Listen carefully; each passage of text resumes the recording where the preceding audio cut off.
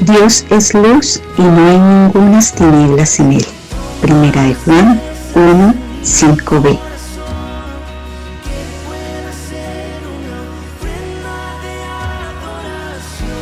Buenos días, los saludo hoy 2 de marzo, mes de santificación.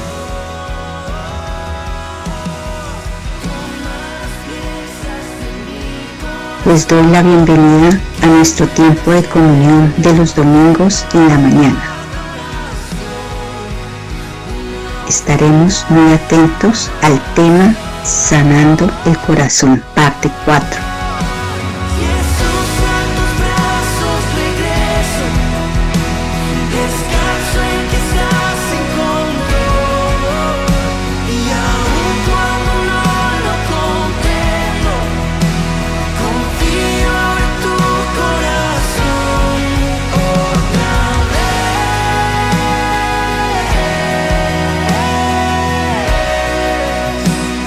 Hola, buenos días. Hemos tenido un tiempo muy especial con la alabanza, ¿cierto? Es muy importante aprovechar ese tiempo porque nos ayuda a la comunión, nos ayuda a concentrarnos, a enfocarnos, a unirnos en un espíritu con el Señor. Y así estamos más dispuestos para recibir la palabra. Para esta ocasión, en este marco que tenemos de febrero y marzo, que son meses de santificación, nos corresponde Sanando el Corazón, parte 4. Y quiero alentarles que el propósito no es hacer parte 5, 6, 7, 30, 40, sino que posiblemente sea hasta hoy. Algunas personas que no han podido estar en las otras ocasiones, les invito a que vean las prédicas en nuestro canal de YouTube, particularmente las de febrero y este mes de marzo, que son por el mismo orden. En estos meses de santificación el Señor quiere volver a todos sus hijos a una normalidad, a una vida de iglesia. No es algo súper extraordinario, sino a la normalidad de la vida de iglesia. Va a ser necesario y muy útil lo que el Señor tiene para nosotros. Oremos nuevamente. Padre, en el nombre de Jesús, gracias, Señor, te damos por esta ocasión. Estamos delante de ti y pedimos, Señor, ser impartidos de tu vida por medio de la predicación. Tú sabes la necesidad de cada cual y eres propicio a esa necesidad. Lo cierto es que todos los que estamos aquí te necesitamos, Señor. Reconocemos nuestra necesidad y deseamos, Señor, ser llenos de ti. Tócanos, sánanos, haz lo que quieres hacer, haz conforme a tu voluntad. Oramos que venga tu reino, que tu voluntad sea hecha en medio nuestro como es hecha en el cielo. En el nombre de Jesús, amén. Para nuestro tema Sanando el Corazón, parte 4, te invito a que abras tu Biblia inicialmente en Mateo capítulo 16.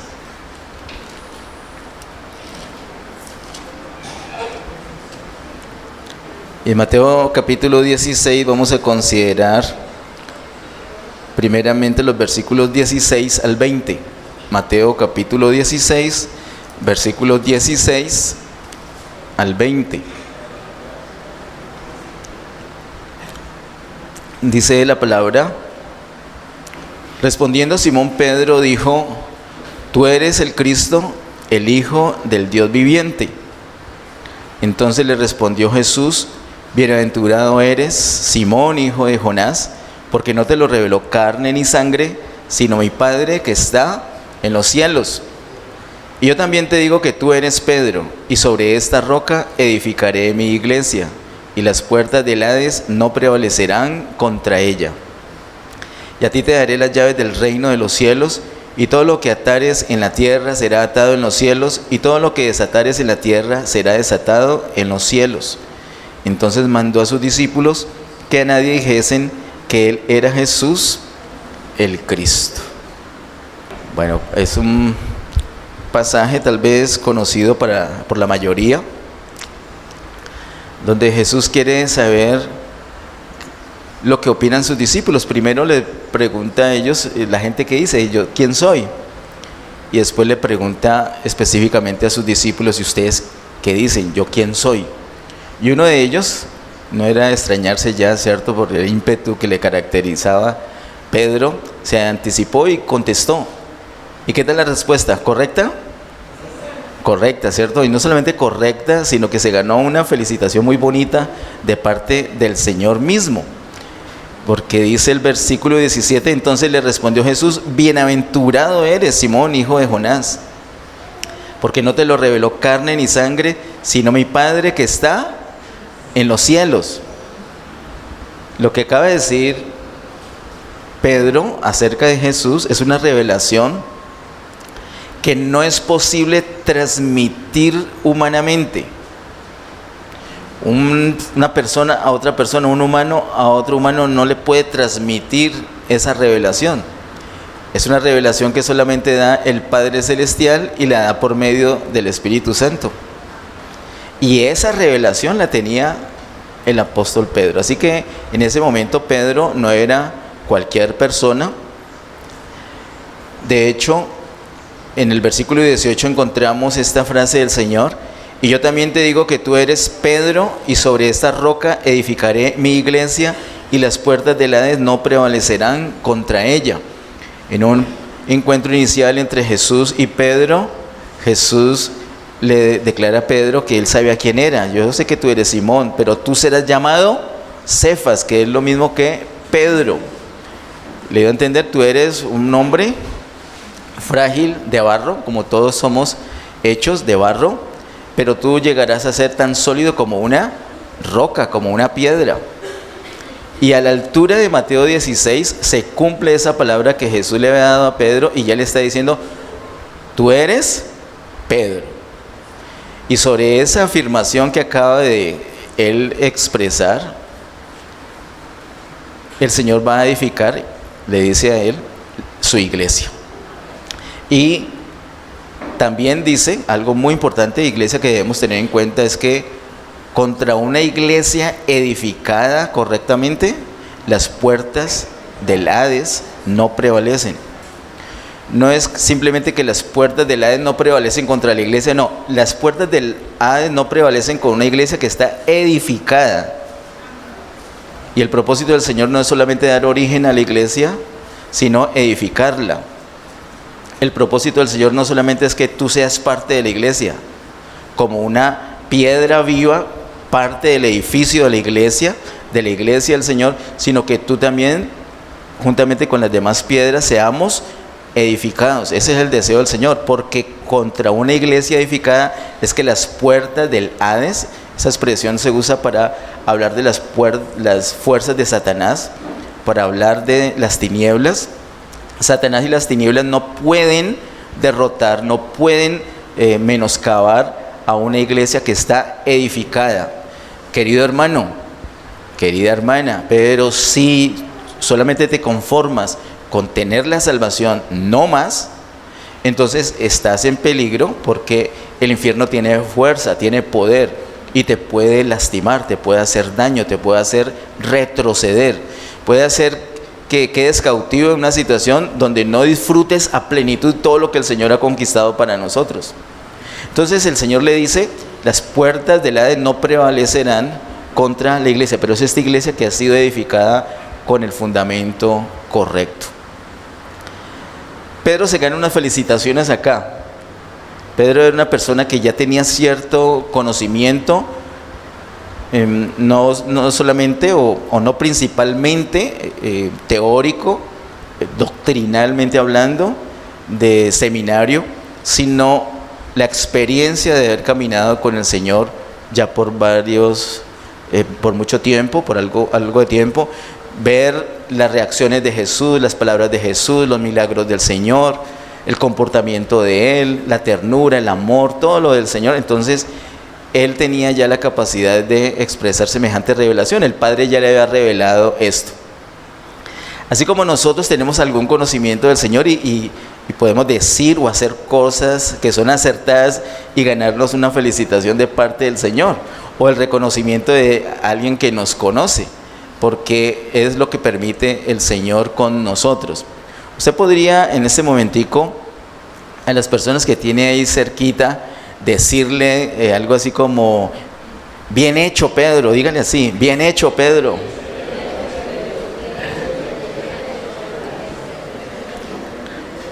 Sí, porque aunque la base nuestra, queridos hermanos, es igual. La base, vea, usted, yo estoy aquí con una corbata. ¿Sí? ¿Te gustó este color? Roja es mejor, pero igual, ok. ¿Cierto? Pero igual con corbata o sin corbata, la misma fragilidad, de barro. De barro. Somos de barro. Sin embargo, tratados por el Señor, tenemos una consistencia, tenemos la revelación del Padre Celestial de quién es Jesús, y podemos no solamente decir, sino hacer cosas que se ganan la aprobación del Padre. Por eso, por favor, vuélvale a decir a la persona que está de cerquita: bien hecho, Pedro, dígale. Con todos sus errores, su fragilidad, con todo lo que pueda tener, pero tiene unos aciertos y es bueno reconocerlo. Ahora, ¿cuál fue la declaración que hizo Pedro? Está en el versículo número 16. Respondiendo Simón Pedro dijo: tú eres el Cristo, el Hijo del Dios viviente. Son dos cosas que se fusionan en una sola, en una sola persona, en el Señor Jesús. ¿Quién es ese Jesús? Jesús es, primeramente dice, el Cristo, es decir, el enviado de Dios, el ungido de Dios. Y eso tiene que ver con la obra del Señor, con el propósito del Señor, con el plan de Dios.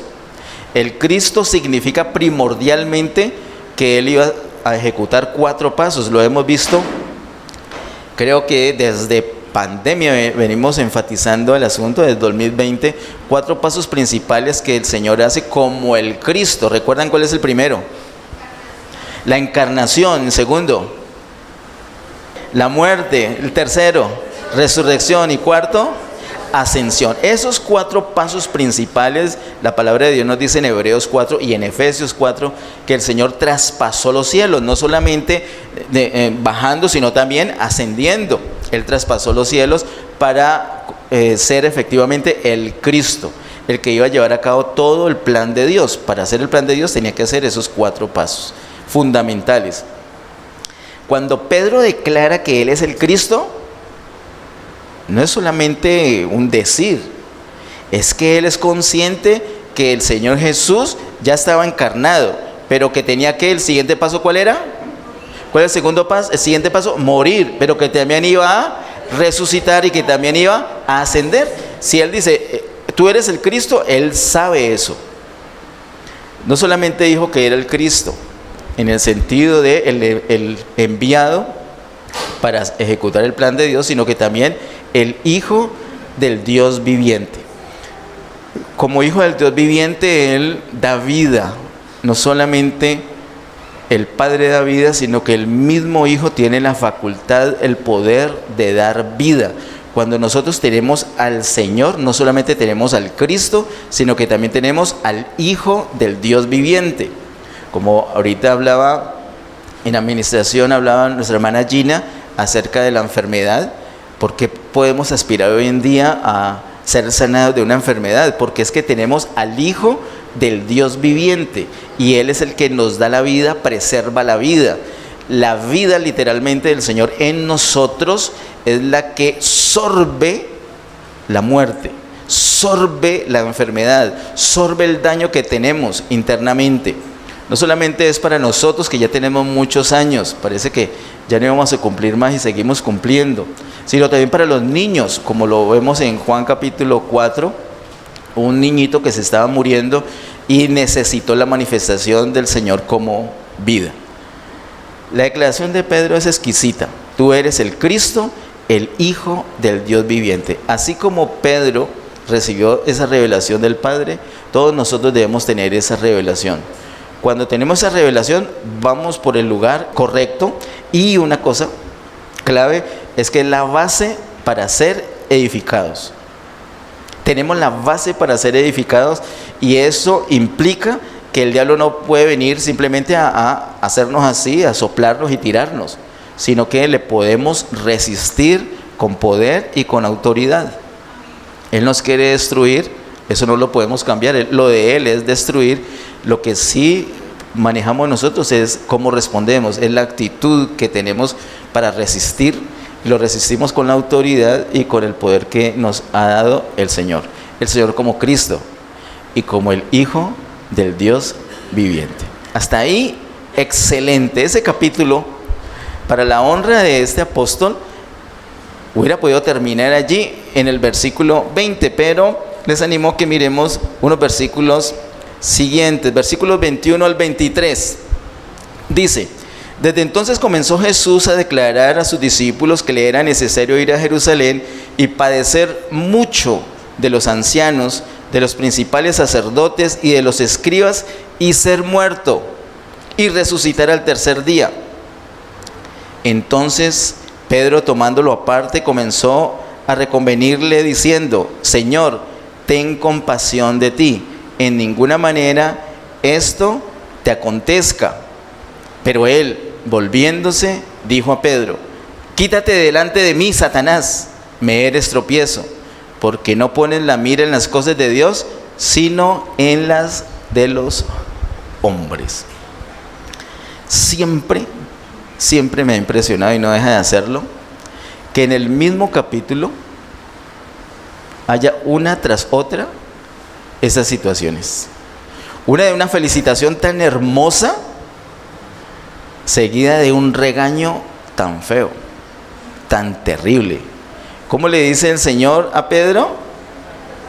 ¿Cómo le dijo? Quítate delante de mí porque te está usando Satanás. No le dijo así, eso era suave. ¿Cómo le dijo? Quítate delante de mí, Satanás. Semejante regaño. Hermano, y esta situación, con todo respeto lo digo, nos describe a nosotros, me describe a mí, muy seguramente te describe a ti también. Después de tener unos momentos tan gloriosos donde el Padre mismo te da una aprobación,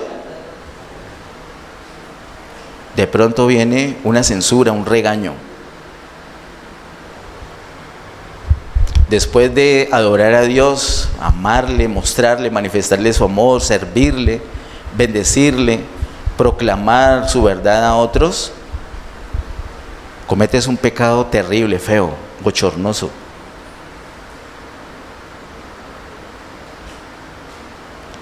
Que no se sabe si lo sincero fue lo primero o lo sincero fue lo segundo. Uno no sabe, bueno, ¿esa persona es convertida o no?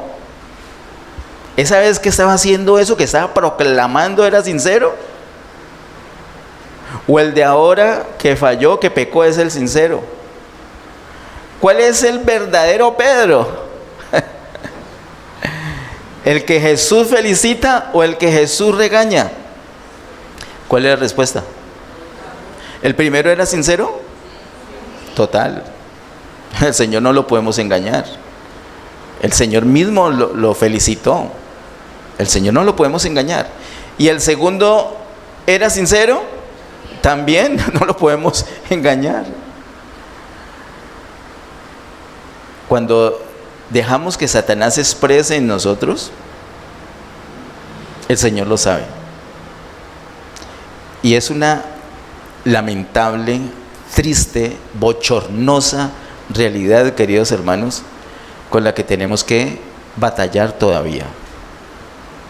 Y tenemos que mirar la manera adecuada de resolver esto.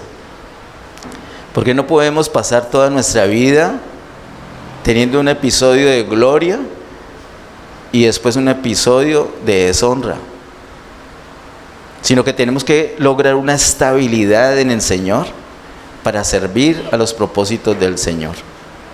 Mira que con lo que Pedro le dijo al Señor, le estaba haciendo tropiezo. ¿En qué consiste el tropiezo? Dice el versículo 23, Pero él volviéndose dijo a Pedro: quítate delante de mí, Satanás, me eres tropiezo. ¿Por qué? Porque no pones la mira en las cosas de Dios, sino en las de los hombres. En los versículos anteriores, cuando se gana la felicitación, ¿dónde estaba enfocando Pedro? ¿En las cosas terrenales o en las cosas de Dios? En las cosas de Dios. Hermanos, todo depende de nuestro enfoque. El mismo Pedro enfocó de una manera y al momento el mismo Pedro enfocó de otra manera. Y con eso vamos a lidiar, queridos hermanos, hasta que el Señor venga por segunda vez, según dice Romanos capítulo 8. Y tenemos que saber bien qué hacer, porque es bochornoso, es lamentable, es triste, es muy vergonzoso. Y esto, de pronto no es tan vergonzoso como otras cosas que hemos hecho y dicho, pero la cruda realidad. Hermanos, el Evangelio no es una escena con un aroma delicioso, unas flores rosaditas y unos pajaritos cantando suave. El Evangelio es mucho más que eso. El Evangelio es un traspaso de muerte a vida y permanecer en vida manifestando vida. Eso es el Evangelio. Hay muchas cosas feas de la historia de la iglesia del Señor, feas. No podemos tapar el sol con un dedo. Incluso hicimos un ejercicio con la Junta Asesora en una reunión donde un grupo, hicimos dos grupitos, un grupo miraba las cosas poderosas de la iglesia primitiva, las poderosas, las positivas, pero otro grupo las negativas, y encontramos muchas cosas feas. Así que mucho ánimo, hermano. No es que usted sea un diablo, no es que usted sea un hipócrita, es que somos Pedros. Por favor, ahora dígale a la persona que está ahí cerquita de usted, dígale: ¿qué pasó, Pedro?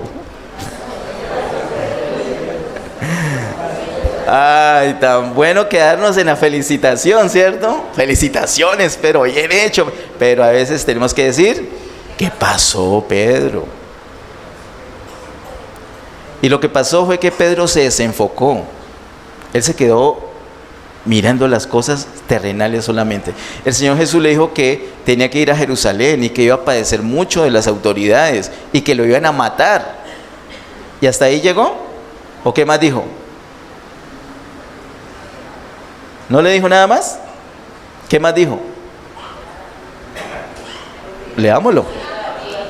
Que iba a resucitar, ¿cierto? También le dijo que iba a resucitar, incluso le dijo el momento en que iba a resucitar, al tercer día.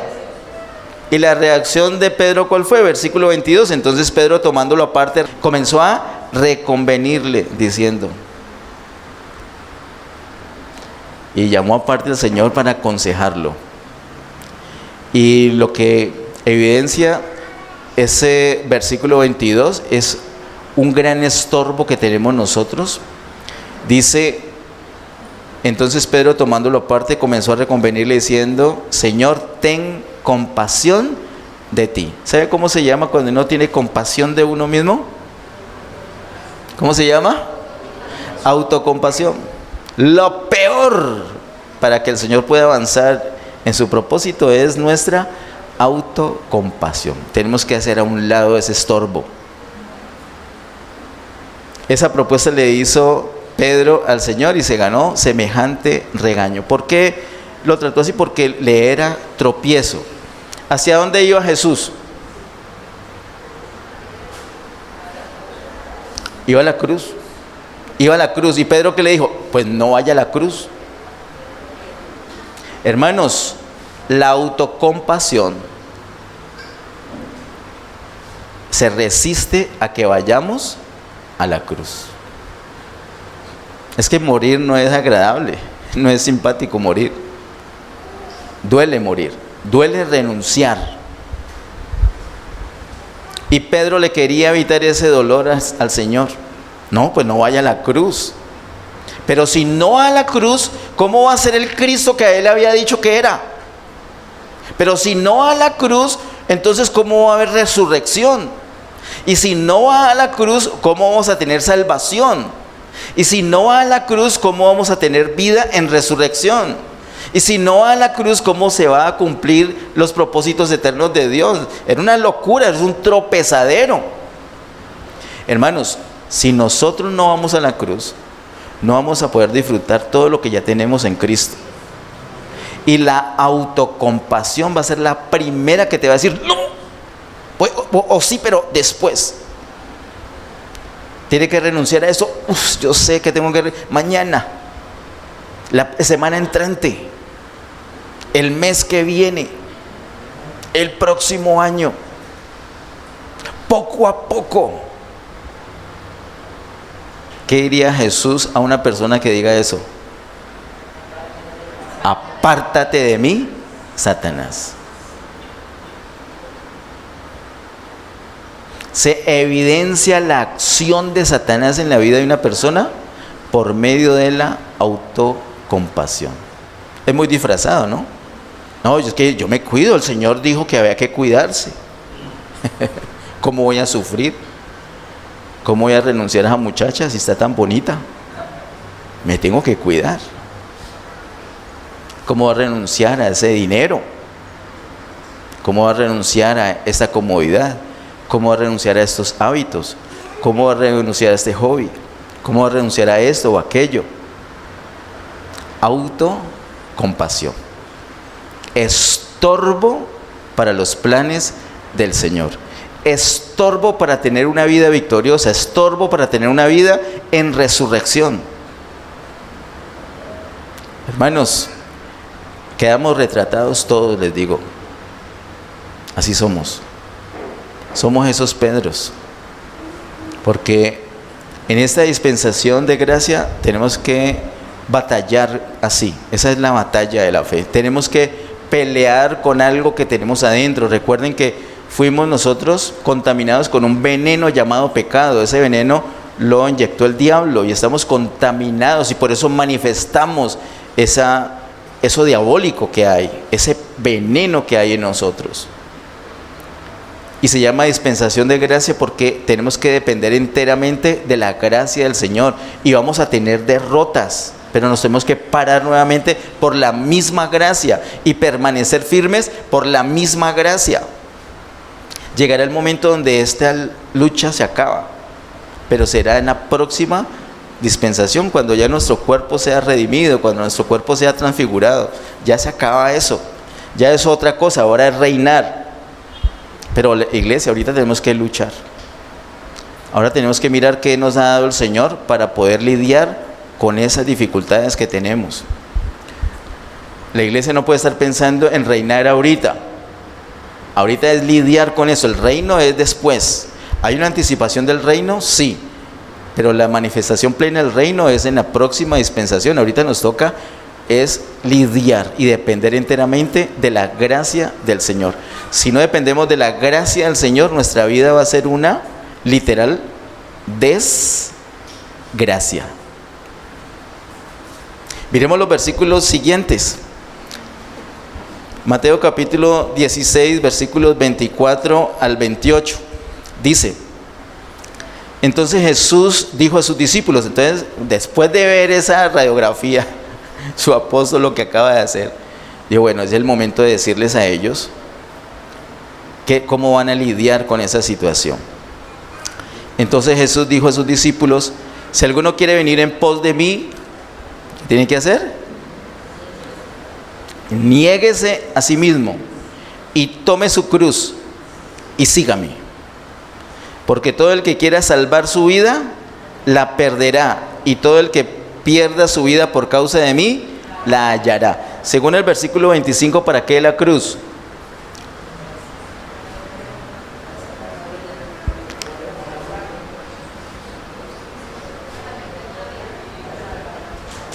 ¿Para qué le iba a servir la cruz a Jesús, por ejemplo? Él iba a Jerusalén a la cruz, ¿a qué? A morir. Y esa cruz que menciona el Señor Jesús acá en el versículo 24, ¿para qué es? Para morir. Es para morir. No es para adorno. No es para no morir. Es precisamente para morir. Esa es la crudeza del Evangelio. No son pétalos rosaditos para caminar. Es cruz para morir. Así dijo el Señor: si alguno quiere venir en pos de mí, niéguese a sí mismo y tome su cruz y sígame. Versículo 25. Porque todo el que quiera salvar su vida, la perderá. Y todo el que pierda su vida por causa de mí, la hallará. Versículo 26. Porque ¿qué aprovechará el hombre si ganare todo el mundo y perdiere su alma? ¿O qué recompensa dará el hombre por su alma? Voy a hacer una pausita allí y quiero que hagamos una comparación con los versículos 25 y 26. ¿Qué es lo que se gana o se pierde en el versículo 25? Pues mírelo por favor y me dice. La vida. Según el verso 25, la vida. Versículo 26, lo que se pierde o se gana es. Versículo 26, alma. Note eso. En el contexto del capítulo 16, así me pasó a mí hace unos años, yo creo que recuerdo, 2011 tiene que haber sido. En el contexto, yo llegué a una conclusión: esa vida del verso 25 es la misma alma del verso 26, en el contexto. Yo no tenía cómo explicarlo, sinceramente. En el 2011, no. Apenas estamos descubriendo unas cosas. Incluso hablé con un pastor, le dije: hermano, esa vida es la misma alma. La del verso 25, vida, es la misma alma del verso 26. Ese pastor no está de acuerdo con eso, ni está de acuerdo con la interpretación que yo daba. Y me dijo: usted no puede simplemente decir que una palabra es otra en la Biblia. No, usted tiene que decir lo que dice ahí. ¿Tiene razón ese pastor? Ay, no sea tan amable conmigo. ¿Tiene razón el pastor o no? Claro, claro que sí. Incluso me hizo dar pena y me sirvió eso. Yo, claro, él tiene razón. Yo como voy a... No, hermanos, es lo mismo. Yo sentía que era lo mismo, pero yo no podía decir que era lo mismo porque yo no tenía una base para decirlo. Y no la encontraba por ningún lado. Por esa época estábamos releyendo todo el Nuevo Testamento y no encontraba por ningún lado. Hasta que miré la Biblia interlineal en griego y español. Se puede encontrar muy fácilmente en internet el Nuevo Testamento en griego y en español. Interlineal porque te muestra una línea en griego y abajo en español. La traducción literal, palabra bajo palabra. Entonces yo dije: voy a ir a una Biblia de estas y voy a mirar cómo está en griego escrita la palabra vida del versículo 25 y la comparo con la palabra alma del versículo 26. Porque yo seguía pensando que era lo mismo. En la Biblia interlineal, en Mateo 16, 25 y 26, encontré lo que está al lado de allá es en español y lo que está acá es en griego. Aquí ya está más grande el 25 y en español en la parte de arriba y en griego en la parte de abajo. Yo no sé si alcanzan a ver el trazo de la parte de abajo del griego. Así como está en la parte de abajo, ese es el trazo de la palabra vida en griego. ¿Y qué creen que descubrí con el versículo 26? El versículo 26 que dice alma utiliza exactamente la misma palabra en griego. No, se imaginan, salté de la dicha yo. Lo que había sospechado en su momento era tal cual. Ese es el trazo, lo puse un poquito más grande ahí. Eso es en griego, significa y está traducido como vida en el versículo 25 de Mateo 16, y la misma palabra en griego está traducida como alma en el versículo 26. ¿Qué quiere decir esto, hermanos? Que no es que para ganar nuestra vida nos tenemos que morirnos nosotros, sino que la que tiene que morir es nuestra alma. Esa misma palabra la encontré, por ejemplo, les quiero decir, en Juan capítulo 10, la encontré en Apocalipsis capítulo 12. Es una palabra que se utiliza mucho. Algunas versiones en ambos versículos dicen alma. En otras versiones inclusive dice vida del alma. Y todo es equivalente. Usted puede decir vida, puede decir alma, pero si dice vida, tiene que saber que es la vida del alma. Puede decir alma o puede decir vida del alma. El Señor lo que le está diciendo allí, ante la situación tan frustrante que presentaba el discípulo Pedro después de tener semejante revelación, ahora ser estorbo para el Señor Jesús, es que necesitaban la cruz para poder perder la vida del alma. Reciente hemos hablado con el tema Sanando el Corazón, hemos hablado qué es el alma, cómo se compone el alma, cómo se compone el corazón. Recuerdan que el alma se compone de 3 partes que son ¿cuáles? Mente, emociones y voluntad. Mente, emociones, esa es nuestra alma. Mente, emociones y voluntad. Y el corazón, según lo que muestra la Biblia, según la revelación de la Biblia, y tenemos los fundamentos, tenemos la escritura para decirlo, no solamente lo decimos así porque sí. El corazón no es exactamente el alma, sino que esas 3 partes del alma más una parte del espíritu, que es la conciencia, forman el corazón. Lo vimos en segundo y tercer domingo del mes de febrero. Así que tenemos que la mente, las emociones, la voluntad más la conciencia forman el corazón, que es precisamente como empieza diciendo el Señor del principal mandamiento: amarás al Señor tu Dios con todo tu corazón. No es solamente con el alma, sino empieza diciendo con el corazón, aunque luego dice y con toda tu alma, luego dice y con toda tu mente, y luego dice con todas tus fuerzas. Lo analizamos acá, es porque el alma tiene que ser intervenida por la conciencia, porque es en la conciencia donde el Señor nos ilumina. El ejemplo que hemos puesto del hijo pródigo cuando vuelve en sí. ¿Cómo hizo para volver en sí? Si estaba lejos de la casa del Padre, estaba muriéndose de hambre. Él no apenas sintió fatiga, no volvió en sí. No fue en el estómago la iluminación, sino que fue en su conciencia.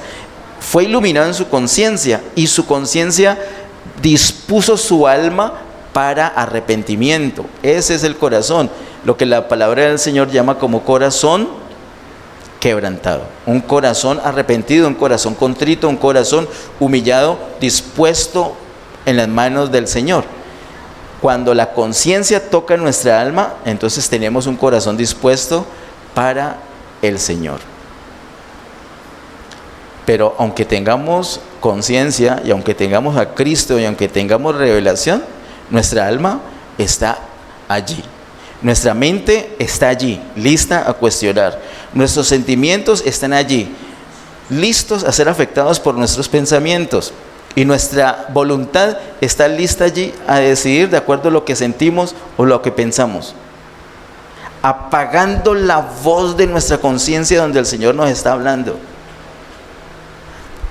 Pedro tenía una revelación, tenía un conocimiento espiritual. El Padre se lo había revelado. Eso no se lo revela ningún ser humano, ni carne ni sangre, porque es algo que va a la conciencia. Yo te puedo hablar a tu mente, pero no a tu conciencia. Si algo tu conciencia está recibiendo hoy, es porque Dios lo está haciendo, no yo. No tengo ese poder, ningún ser humano tiene esa capacidad.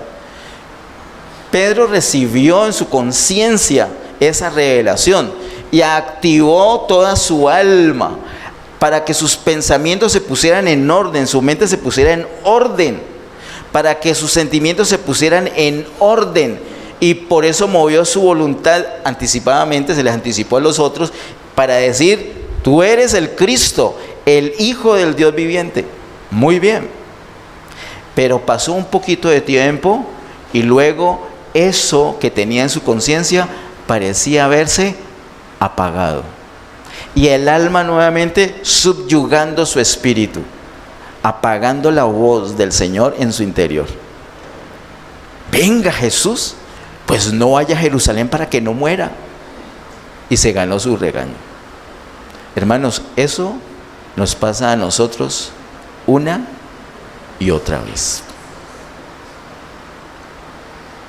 Un estorbo que se llama alma. Entonces el Señor no le dijo: Pedro, gracias por tu consejo, pero yo soy el que te voy a aconsejar. No le dijo así. En vez de una consejería, le dijo: aquí está la cruz. Si realmente me quiere seguir, se tiene que negar. ¿Usted qué le gusta? No, y me gusta los domingos levantarme bien tarde. Bueno, necesito que te congregues. Y Getsemaní se reúne a las 10 de la madrugada. A algunos les ha dado duro. No han podido con ese horario tan extremo. 10 de la madrugada. ¿Qué tenemos que hacer para lograr eso? Negarnos a nosotros mismos. Es simple. Y eso es un ejemplo básico. Todas las cosas que seguramente hay ahí pendientes para negarnos. Cosas que nos gustan, canciones que nos gusta escuchar, amigos con los que pasamos el tiempo, la manera de invertir nuestro tiempo, nuestro dinero. Hay muchas cosas para satisfacer nuestra alma que estorban al Señor, que nos hacen enfocar solamente en las cosas terrenales y no las cosas de Dios. Pedro solamente enfocó lo terrenal, el sufrimiento y la muerte, pero no enfocó la resurrección. Se le olvidó que al tercer día iba a resucitar. Él no vio eso, no puso atención de eso. Él dijo: el Cristo se encarnó, ya lo veo aquí, eso es terrenal. Va a morir, eso es terrenal, pero resucitar, eso es de Dios, eso es celestial. Ahí ya no le alcanzó su visión. ¿Por qué? ¿No la tenía? Sí la tenía. Entonces había un estorbo. ¿Cuál? Su alma, sus pensamientos, sus sentimientos, sus decisiones. Entonces, ¿qué vamos a hacer con esos estorbos? Tome, Pedro, aquí le dejo. ¿Qué? La cruz. ¿Para qué la cruz? Para morir. ¿Cómo así morir? Sí, niéguese. Que estoy pensando. No piense. Haga lo que el Señor le está diciendo. Pero es que yo siento. No sienta. Haga lo que el Señor siente. Pero es que mi opinión. No opine. Hermano, nosotros tenemos que llegar al punto que cuando el Señor nos diga algo, lo único que le vamos a decir al Señor es amén, punto. Pero una muestra que el alma nos está estorbando es que empezamos a cuestionar todo lo que... No es a comer entero, no, es lo que Dios nos diga. Por eso es tan importante tener comunión con Dios, orar, meditar la palabra. Es lo que Dios nos diga. Y después de un día hacer esto, ¿qué tenemos que hacer el segundo día? ¿Qué será que tenemos que hacer el segundo día? Lo mismo, cada día tenemos que hacerlo. Cada día, porque si no, el alma gana ventaja. ¿Y hasta cuándo esto? Hasta que el Señor venga por segunda vez y nuestro cuerpo sea glorificado. Y ya se acaba esa luchita. Mientras tanto la vamos a tener. Diga: necesito la cruz. Bueno, ahora con mucho cariño, dígale a la persona que está ahí al lado, dígale: Pedro, necesitas la cruz. La cruz es para morir, es para negarnos. Acuérdese, hermanos, tenemos que hacerlo, si no, vamos a estorbar lo que el Señor quiere hacer. Dice que, versículo 25, porque todo el que quiera salvar su vida, la perderá, y todo el que pierda su vida por causa de mí, la hallará. Note que hay conjugación en dos tiempos, en presente y en futuro. Dice el 25, todo el que quiera salvar su vida. Quiera, ese es en presente, el que quiera salvar su vida, verso 25. Y el verso 26, ¿qué aprovechará el hombre si ganare todo el mundo y perdiere su alma? ¿O qué recompensa dará el hombre por su alma? El que gane su vida ahorita, presente, dice el verso 25, que la perderá, futuro. Pero el que pierda su vida, estoy hablando del verso 25, el que pierda su vida ahorita, presente, en el futuro, ¿qué va a hacer? La ganará. Y hay una equivocación grande en el pueblo de Dios, pero grande, del tamaño del edificio más grande que usted ya ha visto, de pensar que se trata de la vida eterna. Y aquí no habla de vida eterna. Ya vimos en el original griego que esta no es la vida de Dios, no es la vida increada, es la vida del alma. Esa es la vida que hay que perder, la vida del alma. Si usted la pierde ahorita, ¿cómo es perderla ahorita? No satisfaga todo lo que le diga a su alma. Todo lo que le dan ganas lo va a hacer. Mire como ti, está que se revienta esa barriga comiendo brownie. Le encanta, no puede parar. Entonces todo lo que le diga a su alma, usted lo satisface. No. Niéguese. No consienta su alma así. Todo lo que le provoca lo va a satisfacer. No. Usted tiene que hacer es la voluntad de Dios. Déjese iluminar, siga lo que le diga a su conciencia, lo que el Señor en su espíritu le está guiando, eso es lo que tiene que hacer. Pero su alma no quiere colaborar. Si el Señor lo permite, vamos a ver un tema que yo creo que se va a llamar gestión espiritual, tiene que llamarse. ¿Qué hacer cuando nuestra alma se pone rebelde? Porque el Señor nos dice qué hacer. Pero hoy tenemos que ver la importancia, la necesidad que tenemos de la cruz. Diga, necesito la cruz. ¿Para qué la cruz? Para perder la vida del alma ahorita. Si pierdo la vida del alma ahorita, en el futuro, ¿qué va a suceder? La voy a ganar. ¿Qué es eso de salvación del alma? ¿Qué es salvar mi vida o salvar la vida de mi alma en el futuro? Eso no tiene que ver con la vida eterna. La vida eterna la tienes desde que tienes a Cristo, desde que crees en Cristo como Señor y Salvador, tienes la vida eterna. Y esa vida eterna es eterna, no se pierde, no se termina, es eterna. Eso es lo que dice la Biblia. Usted puede pensar otra cosa, respetable, pero no está por encima de lo que dice la Biblia. La Biblia dice que la vida es eterna, la vida que el Señor da. El que es nacido de Dios, y la vida de Dios, ¿cuándo se termina? Nunca, Él es inmortal. El Señor da vida eterna a sus ovejas que oyen su voz, y no perecerán jamás, dice la Biblia. Y cuando el Señor dice eso, es en serio. Así que la vida eterna no es lo que va a perder. Lo que hay que perder ahorita es la vida del alma. Pierde la vida del alma para ganarla después. Entonces no es que después va a ganar la vida eterna. La vida eterna ya la tiene desde que recibió a Cristo. Lo que está pendiente de ganar es otra cosa: su alma. No es exactamente lo mismo tener vida eterna que ganar el alma. Eso es algo que está explicado en la Biblia y hoy solamente lo voy a mencionar. Solamente lo voy a mencionar. Yo sé que de esto vamos a tener que hablar nuevamente, pero hay una palabra que dice Mateo capítulo 16 que nos ayuda a comprender. Y está en el versículo 27. Mire que dice: porque el Hijo del Hombre vendrá en la gloria de su Padre con sus ángeles, y entonces pagará a cada uno conforme a sus obras. Porque el Hijo del Hombre vendrá, es decir, en la segunda venida del Señor, segunda venida visible del Señor, Él va a pagar. ¿De qué está hablando allí? Está hablando del tribunal de Cristo, donde toda la iglesia, todos los creyentes van a comparecer. Y allí, ¿qué va a hacer el Señor? Lo que dice el verso 27, lo que dice la Biblia. ¿Qué dice la Biblia? Va a pagar, dice. y entonces pagará a cada uno conforme a sus obras. Algunos dicen que solamente es recibir premios. Ahí la Biblia no dice eso, ahí dice que conforme a sus obras. O sea que si alguien nunca usó la cruz, nunca se negó a sí mismo, entonces va a tener un premio también. No, ¿qué va a pasar con esa persona según lo que dice el versículo 26? ¿Qué va a pasar con su alma? La pierde. Y el que pierde la vida del alma ahorita, ¿qué va a pasar en el futuro?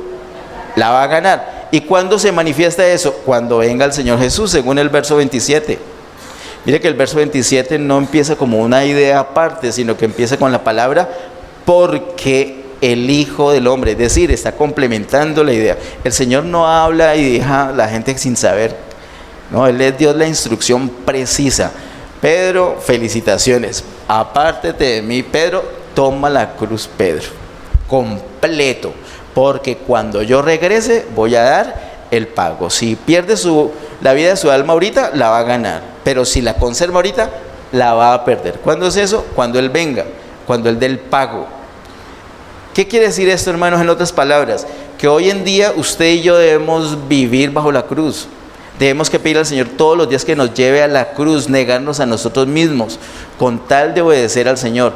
Debemos obedecer lo que el Señor nos diga en nuestra conciencia, no lo que nos diga en nuestra mente, nuestros sentimientos o lo que queramos hacer. No nos mandamos a nosotros. Nosotros no somos señores de nosotros. Nosotros hemos llamado a Jesús Señor. El día que a Jesús lo llamamos Señor, entramos en un pacto con Él. Y en un pacto hay reglas. En un pacto hay reglas en dos partes. Y la parte del Señor es que Él manda. Y la parte nuestra es que nosotros obedecemos. Ese es el pacto. Pero es que tengo un alma muy fregada. El Señor sabe. Entonces nos dio la cruz. Ahí está. Nos negamos. ¿Y funciona? Claro que funciona. El Señor no le iba a tomar del pelo a Pedro. Y de ahí en adelante seguirlo llamando Satanás, Satanás. No. Claro que funciona. Funciona. Diga, funciona. Diga, la cruz funciona. La cruz funciona. El Evangelio funciona. La palabra de Dios funciona. Es viva y eficaz. Es verdad.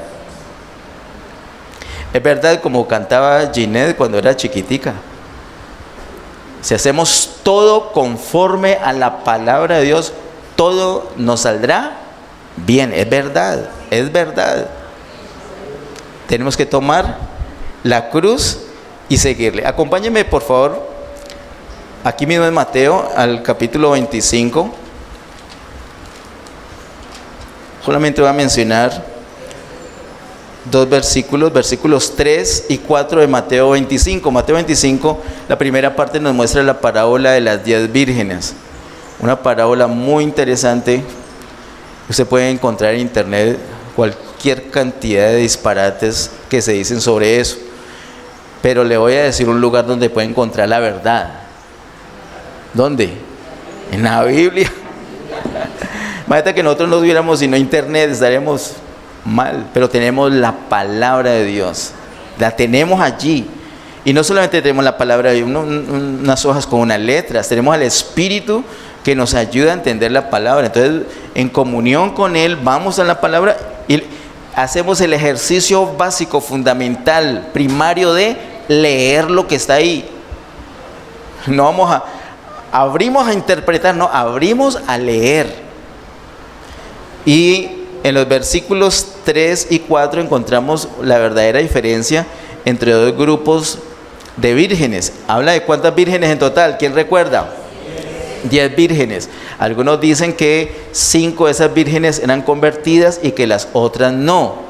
Yo he escuchado siervos, no son falsos maestros, son siervos verdaderos, preciosos. No son descuidados, son siervos que estudian la palabra. Sin embargo, no han visto bien esto. No estoy tan jactancioso que ¿qué hago? No voy a decir que tengo duda de esto, porque duda no hay. No hay duda. De otras cosas podré tener duda, pero de esto no. Los versículos 3 y 4 dicen: las insensatas tomando sus lámparas no tomaron consigo aceite, mas las prudentes tomaron aceite en sus vasijas juntamente con sus lámparas. Hermanos, ¿qué quiero decirles de esto? Y es lo que dice la parábola. Usted lo puede confirmar más adelantico, por ejemplo, con el versículo 8. Todas tenían sus lámparas encendidas, sin excepción, las 10.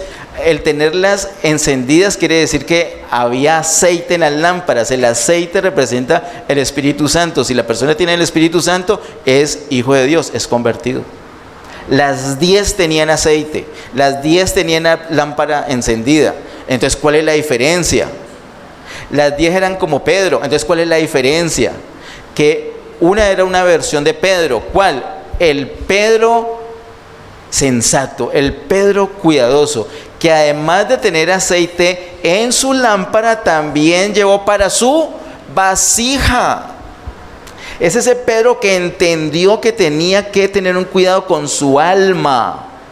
Y no solamente se enfocó en su espíritu, tener vida eterna, sino también en su alma, en salvar su alma.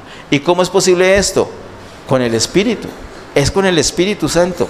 Cuando nosotros vamos a la cruz, lo que estamos haciendo es poner toda nuestra vida en las manos del Espíritu. Que el Espíritu, yo no voy a tener decisiones. Dígame usted qué hago. Eso es la cruz. Eso es negarnos a nosotros mismos. No es gratis. Cuando las insensatas, porque la versión de las insensatas es la versión del Pedro que le dijo a Jesús que no fuera a la cruz. Se dejó llevar por su alma solamente. ¿Por qué? Porque solamente tenía aceite en su lámpara y no en su vasija.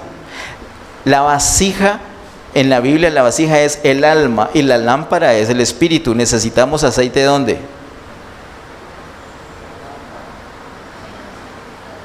Solamente en la lámpara, como las insensatas, ¿no? En la lámpara para que alumbre y en la vasija, en nuestro espíritu y en nuestra alma. ¿Cómo lo podemos hacer? Negándonos a nosotros mismos. Por eso es que no es gratis, por eso es que cuesta. Cuesta, no plata, cuesta decisión. Diga, yo me decido.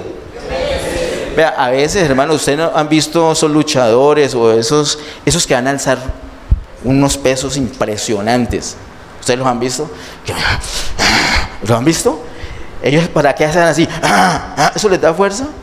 La actitud de ellos, se están concentrando, se golpean la cabeza, se golpean el pecho, se golpean los brazos, se calientan literalmente el cuerpo y luego lo hacen, se enfocan completamente y luego lo hacen. Vaya el mismo y sin hacer todo ese visaje que le llamamos nosotros, hágalo a ver si no es. ¡Ay! Ahí quedó. Por eso es que yo quiero que usted esta mañana diga, yo me decido, diga, yo me decido. Diga, voy a tomar la cruz. Hermanos, no diga, no, yo ya la tengo clara, yo la tomo. Bueno, gloria a Dios, tómela, pero dígalo, decídase, de ese ánimo, de esa fuerza, enfóquese, hablémoslo, declarémoslo, vamos a tomar la cruz, podemos, el Señor la ofreció, tomemos la cruz. Tomemos la cruz. En esta parábola, estas vírgenes sensatas, además de aceite en su lámpara, tomaron para su vasija. Y entonces, cuando vieron que las sensatas sí estaban bien tranquilas, estaban frescas, ya no estaban angustiadas, porque es que llegó a medianoche el esposo, llegó el esposo, entonces se levantaron las 10, porque era el esposo. Si solamente 5 fueran creyentes, solamente se hubieran levantado las 5. La otra, ¿qué esposo? No es esposo de nadie. No, era esposo de las 10. Se levantaron las 10 y fueron, pero solamente fueron admitidas 5. Y ya dijeron, ay, es por el aceite. Ve, ustedes tienen ahí de sobra, ¿por qué no nos regalan un poquito de ese aceite? Ellas, ¿qué contestaron? No, vayan y compren, porque si nos ponemos a darle a ustedes, de pronto ni para ustedes. Hermanos, ese aceite, mire, usted puede amar mucho a su cónyuge, amar mucho a sus hijos, amar mucho a sus padres, amar mucho a sus hermanos, pero usted no puede consagrarse por ellos. Usted puede orar por ellos, le puede dar buen ejemplo, pero no puede tomar decisiones. Usted no puede tomar la cruz por ellos. Venga, yo tomo la cruz de mi hijo. ¿Cuál cruz de mi hijo? No tomamos la nuestra, que vamos a tomar otra. Tomemos la nuestra. Cada uno nos toca tomar nuestra cruz. Y oremos que nuestros hijos, que las personas que amamos, que la iglesia tome la cruz. Es una decisión personal. Diga, es personal. Entonces ellas les dijeron, no podemos. Vayan y compren. Por eso les digo, tiene un costo y no es con plata. No es que las ofrendas, no. Hermanos, pues es que hay que dar ofrenda. No, la ofrenda es otro tema. Aquí el aceite se compra. ¿En qué sentido? En que en vez de dormir tanto en la mañana, ¿por qué no te levantas y oras? Cuando tienes un problema financiero, en vez de salir corriendo a un banco o donde tu tío rico, ¿por qué no oras? Es un costo, es frenarse, es negarse a sí mismo y tomar la cruz.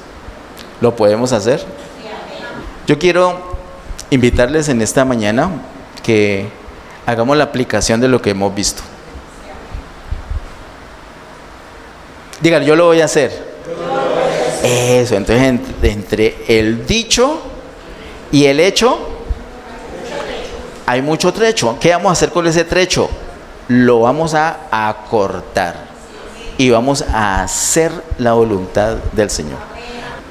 Vamos a decirle al Señor que nos negamos a nosotros mismos y que Él nos lleve a la cruz. Queremos consagrar nuestras vidas delante de Él. El Señor nos ha sanado, ha venido a una sanidad y lo seguirá haciendo. Pero si no tomamos la cruz, ¿en qué va a quedar esa sanidad? Tenías un resfriado, te cuidaste, te sanaste, saliste y te cayó un aguacero. ¿En qué quedó todo ese cuidado? Entonces, vamos a llevar nuestra alma a la cruz. ¿De acuerdo? Padre, en el nombre de Jesús, estamos delante de ti. Nuestro deseo, Señor, es agradarte. Somos conscientes de nuestra debilidad. Somos conscientes, Señor, de la terquedad de nuestra alma, del poder que hay en nuestra alma, en nuestra mente, en nuestros sentimientos, en nuestra voluntad. Pero en esta mañana estamos renunciando, Señor, a lo que nos diga nuestra mente. Estamos renunciando a lo que nos dicen nuestros sentimientos. Estamos renunciando a hacer nuestra voluntad y oramos que venga tu reino, que tu voluntad sea hecha en nuestra vida como es hecha en el cielo. Hoy doblegamos nuestra voluntad delante de la tuya, Señor. Queremos conocer y hacer solo tu voluntad, amado Dios. No queremos estorbar. No queremos ser usados por Satanás. Queremos, Señor, conocer, experimentar, vivir en el poder de resurrección. Y sabemos que para eso es necesario la cruz. Amamos, abrazamos, deseamos la cruz.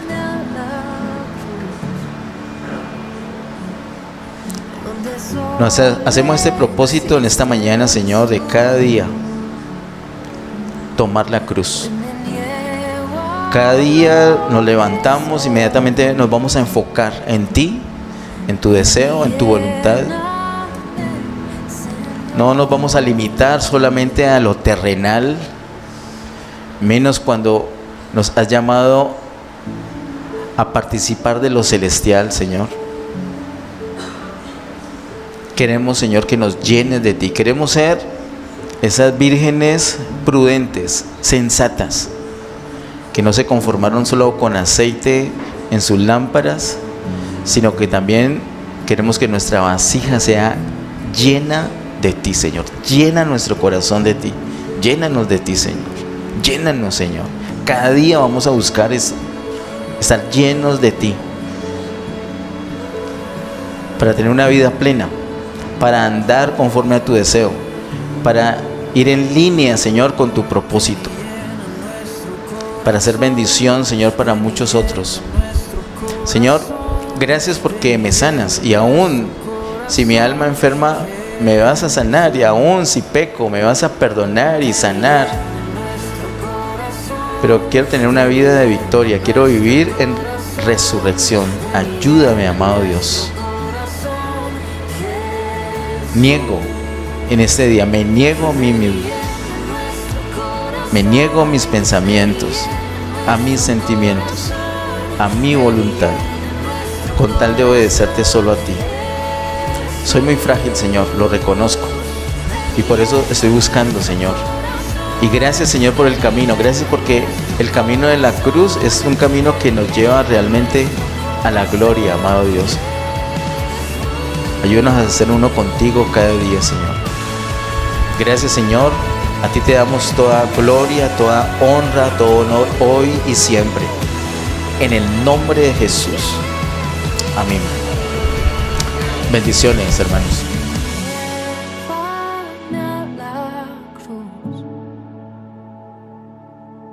Donde solo existes